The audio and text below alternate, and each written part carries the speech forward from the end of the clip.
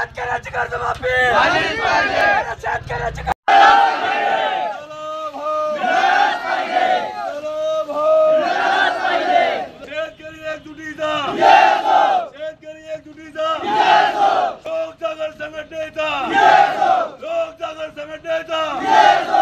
माननीय जिल्हाधिकारी साहेब, आपल्या माध्यमातून आमच्या शेतकऱ्याच्या विविध मागण्या मांडण्यासाठी या ठिकाणी आलेलो आहोत।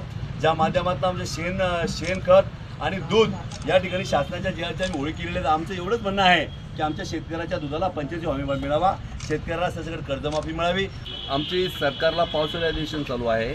माननीय एकनाथजी शिंदे साहेब, या राज्याचे उपमुख्यमंत्री अजितदादा पवार, देवेंद्र फडणवीस साहेब, या राज्याचे दुग्ध विकास मंत्री जे आहेत राधाकृष्ण विखे पाटील व कृषी मंत्री धनंजय मुंडे साहेबांना आमची विनंती आहे, ज्याप्रमाणे तालुक्याच्या वतीनं आम्ही तहसीलदार साहेबांच्या माध्यमातून आपल्यापर्यंत हे आंदोलनाच्या माध्यमातून निवेदन मागणी करत आहोत। 45 रुपये दुधाला हमीभाव आपण जाहीर करावा, कारण आपण आजच्या परवाच्या दिवशीच्या पावसाळी अधिवेशनामध्ये 5 रुपये अनुदान देण्याच्या संदर्भातला जो निर्णय घेतला ते अनुदान राधाकृष्ण विखे पाटील साहेब तुम्ही आठवा। 5 जानेवारी 2024ला आपण या राज्यामध्ये 250 कोटी रुपयाची तरतूद केलेली होती 5 रुपये अनुदान देण्याच्या संदर्भामध्ये, पण 1 रुपये आमच्या या मतदारसंघामध्ये शेतकऱ्याला मिळालेला नाही आहेत आणि शेतकऱ्याच्या तोंडाला त्यावेळेस तुम्ही पानं पोचलेली होती आणि आताही तुम्ही त्या निवडणुकीचं कारण पुढे करून कुठेतरी चॉकलेट देण्याचं काम हे 5 रुपये अनुदानामध्ये केलेलं दिसतंय। मी सुद्धा अन्नत्याग आंदोलन केलं भोकरदन तालुक्यामध्ये, 2 दिवस अन्नत्याग आंदोलन केलं।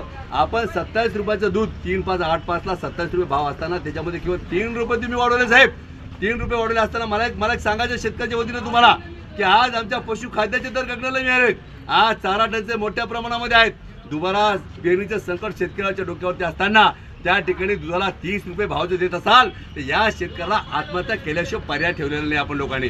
त्यामुळे आमचं म्हणणं आहे, आम्ही लोकजागर संघटनेच्या वतीनं पश्चिम महाराष्ट्रातल्या जेवढ्या काही संघटना या दूध उत्पादनाचे भाव वाढण्यासाठी लढत आहेत त्या सगळ्या संघटनाला पाठिंबा देण्यासाठी भोकरदन जाफराबाद तालुका नव्हे तर सिल्लोड तालुका असेल किंवा जालना किंवा संभाजीनगर जिल्हा असेल, या मराठवाड्यामध्ये आम्ही हिंडून आमच्या संघटनेचा लोकजागर आहे, लोकजागर संघटनेच्या माध्यमातून दूध उत्पादनात जागा करत आहोत की भावानं रस्त्यावर उतरायचंय, सरकारला भांडायचंय, हमी भाव घ्यायचाय, अनुदान नकोय, आमच्या घामाचं दान जोपर्यंत आम्हाला मिळणार नाहीये तोपर्यंत आमचा लढा थांबणार नाहीये। हे निवेदन आम्ही माननीय तहसीलदार साहेबांना या ठिकाणी देत आहोत। विनंती आहे, आमच्या एमआरईच्या विहिरी बंद आहेत, आम्हाला गोठे मिळत नाहीयेत, आमच्या कर्जमाफी अजून झालेली नाहीये, विविध प्रश्नाचं निवेदन या ठिकाणी तहसीलदार मॅडम आम्ही देणार आहोत। या माध्यमातून हे शेणाचं टोपलं तुम्ही बघू शकता, हे शेण काढायचं काम आमचा शेतकरी करतोय।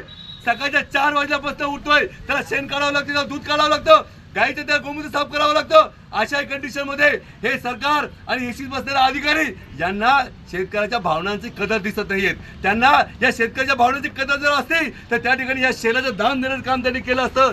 हे शेण काढण्यासाठी किती मेहनत करावी लागते, किती घाम काढावा लागतो, या मंत्री आणि या अधिकाऱ्याला समजायला पाहिजे। या जनभावना घेऊन आम्ही या ठिकाणी तहसीलदार मॅडमकडे आलेलो आहोत।